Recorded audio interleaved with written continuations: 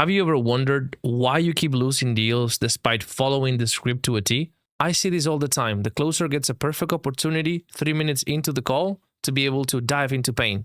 But instead, they now go on following the script and asking questions about their current situation for another 5 minutes. Meanwhile, elite closers are treating their scripts like a GPS. They know the destination, but they take the fastest route to get there, making their calls extremely powerful and extremely short. But the question is, how do you do that? In this video, I'm going to show you how to use the script more as a guide while staying flexible enough to be able to close deals in 38-40 minutes rather than 90 minutes. This is the exact approach that took me to $20,000 per month in commissions as a high-ticket closer. Let's get into it. Austin, first time you guys going to make a transition into entrepreneurship, but how is, I guess your current routine looking like right now? Is it like you get a full-time job you guys do, or? So I'm a project manager. I'm a technical project manager. I work with the software development and the data analyst team. So, okay, we got to this point and now you're going to ask for context. You're asking situation awareness questions. Not bad, not bad. It's just that I know a way that is faster to get into pain. Right after we set the agenda, what it is that we want. We want to start building the gap. How do we start building the gap? Pain. In order for us to extract pain, we need a problem, because that's how you're going to get pain, from a problem. In most cases, right? People that are going from bad to good, that's how you get it. So instead of asking situation awareness questions, you could even set up the question even more powerfully by saying, how long have you been employees? So after 10 years of being employees, what is the biggest reason why you've taken the courage of not wanting to do that anymore and start taking action towards starting your own venture right now? Because that question is going to give me deeper reasons. It's going to tell me, well, because, you know, economy is very expensive, things are going up and we're not making enough money. Okay, but besides the economy and besides the external factors, when you look at your day-to-day life, when you reflect on what's important to you guys, what is the biggest reasons you want to do this transition and take a risk and start your own business right now? Yeah, mainly it's because of the money, man. Like, we really want to have more financial security, most importantly, financial freedom, because we want to build a family. Money, boom. Now you are on the money. You are on the conversation. You see, this is like, it just gets you there really quick. But wouldn't you say that the situation questions give me context so later they can lie because I know their situation, right? Because the situation gives me clarity on what they do. So whenever there's and from there I can actually create a gap as well. Like, I see what you mean. Maybe in this situation, this works better, but I remember we'll do like a long ass situation awareness on basically everything, right? Yeah, I know. And you can do that. I'm not saying that doesn't work. What I'm saying is that typically creates longer calls. So if you like that way and it works for you and you like the amount of time you're spending on one call closes, do that way. That's fine. I don't really care how long a call takes, but the likelihood of being it closed is the main priority. Again, if you like kind of like that structure, you're comfortable with that, just do that. Like, do what you like and what works for you. And then once you exhaust that method, you're going to reach a ceiling. And that ceiling is, I cannot make more money because I cannot close faster. If I could close within 60 minutes, I could make more money. And then we can just start optimizing by that. So I don't want to completely turn upside down your process. The first part of the discovery, which is the part where we do everything we need to do to get into pain. Everything that goes from the beginning until we are now deep into pain with the person. The way that I see that part of the conversation is with 3 little conversations inside of that big conversation. The first conversation, I'm going to give them the benefit of telling me what's top of mind. That is the first conversation. And typically that is the North Star. So I ask an open-ended question, but very focused on what is the biggest reason, what is the biggest challenge, what is the main thing that is making you want to do something right now.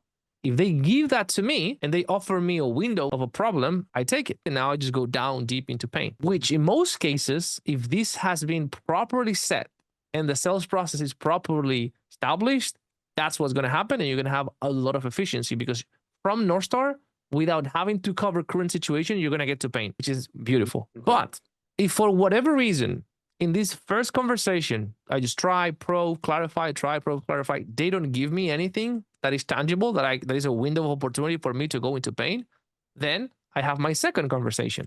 And now in my second conversation, I'm going to collect data. I'm going to ask for current situation, and I'm going to put more data on top of the table so that they can see the shitty situation they have and they can pinpoint what it is that they don't like about their situation.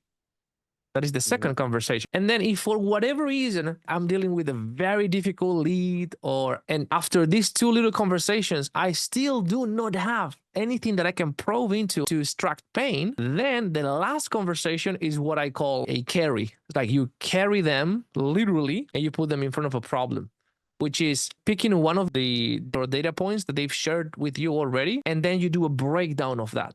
But that is my last resort. So for example, they're just dancing around and they work in McDonald's or whatever. They work 40 hours. They're fine. They're not admitting any problem or anything. Then the last conversation, what I'm going to do is I'm going to go, okay, cool. Let's break down the data.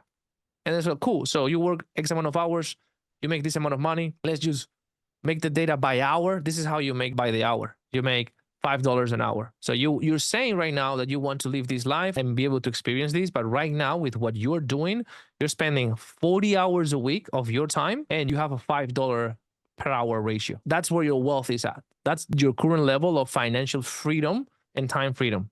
Would you agree? Yes. Okay. So when you think about that, how does that make you feel? So that is me forcing them down into a problem, forcing them down into looking at a piece of data, and then asking them, how do you feel about that? Or what is the impact of that? Like you making $5,000 per month and working 40 hours a week, what is this doing to your goals of being able to spend more time with your family and to be able to live a life of freedom? What is these numbers saying about you and your goals? Well, there's no way I can get there. Why not? It's more leading. And I don't want the conversation to be too leading because it can trigger sales resistance. Oh, I know what you're doing, leading me towards a dead-end street. That's why I always want to play open, because when I play open, it feels more organic, because it is more organic, because you are telling me your problems. I'm just digging into those, but you are telling me what's important to you.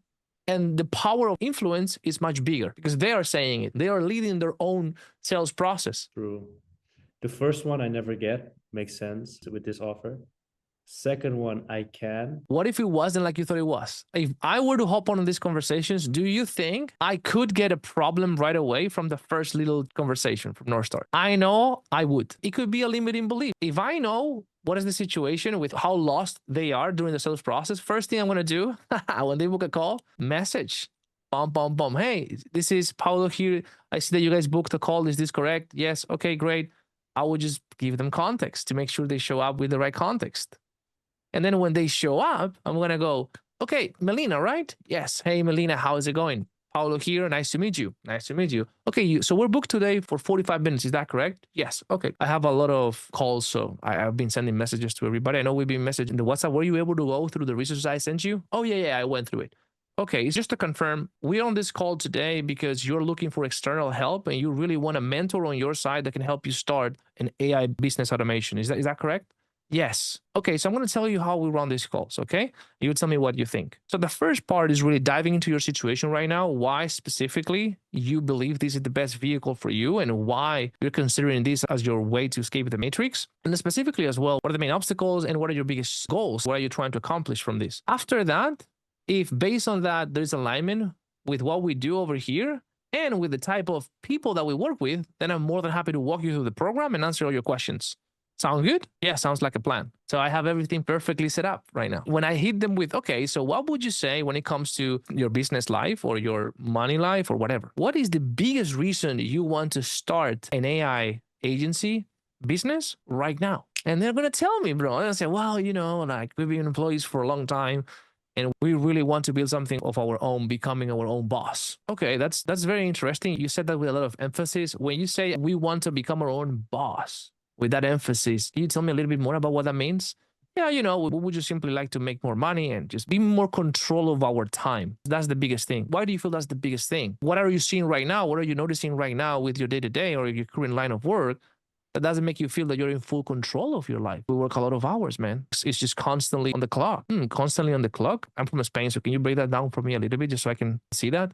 Yeah, it's just constantly da-da-da-da-da-da-da-da-da. Well, when was the last time you actually felt that way? Can you put me a kind of like an example of something that happened recently that made you feel, well, I'm not in control? Yes, you know what? Like I was supposed to leave at 5 last Friday, and we actually had an event with a friend that came all the way here to Canada. All of a sudden, 3 hours before, I had the command that I needed to stay 3 hours more. And I literally had no option because with these guys, like if you say no, they just cut you bonuses, they just do that, they do this. And that was kind of like the catalyst, so to say. I have to do something.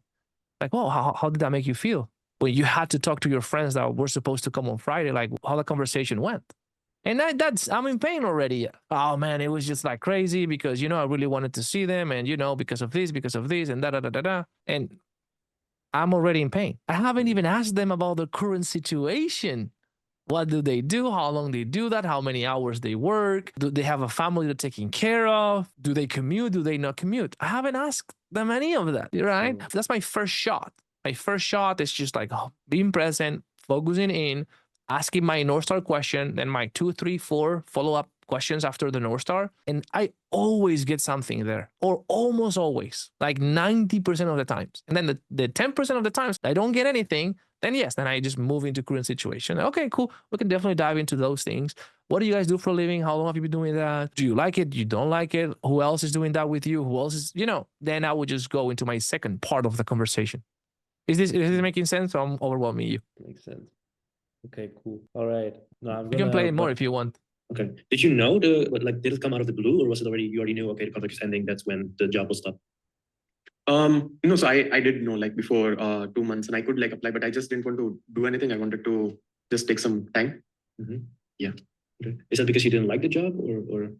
Yeah, and I wanted Like some those space things. as well, just to think Is it because you didn't like the job? That's more like a leading question. A leading question feels like you're searching for an answer.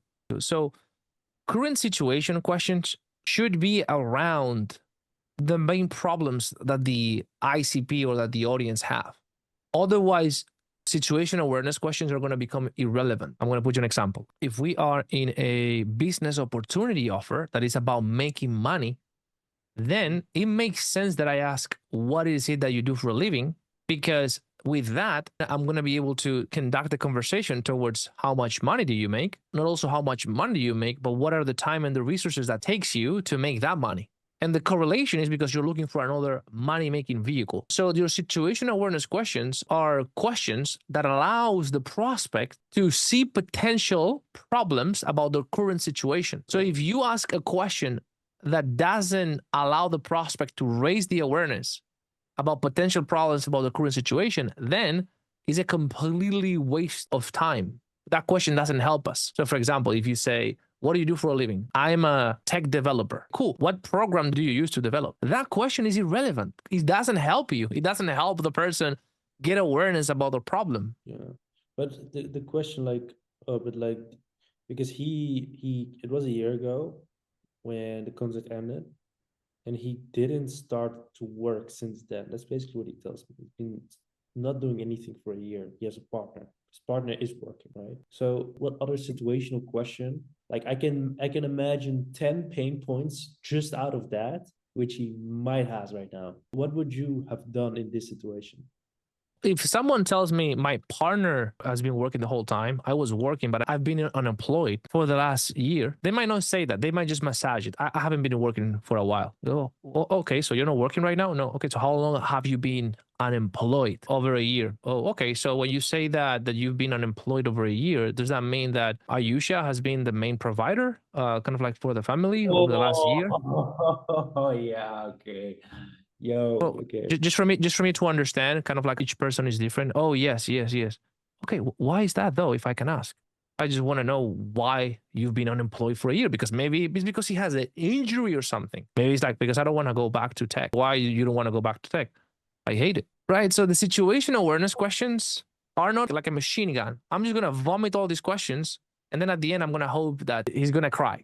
It's just like I collect data, and as I collect data, I just try to connect the dots. It's like, no, there's nothing here. Okay, next piece of data. And maybe through the entire piece of data gathering process, maybe they don't even blink an eye. Maybe they're like, everything is fine. Yeah, I do this. And, yeah, 15 years ago. Wow, 15 years. Okay, it's been a long time. But I like it. They're just kind of like in this position.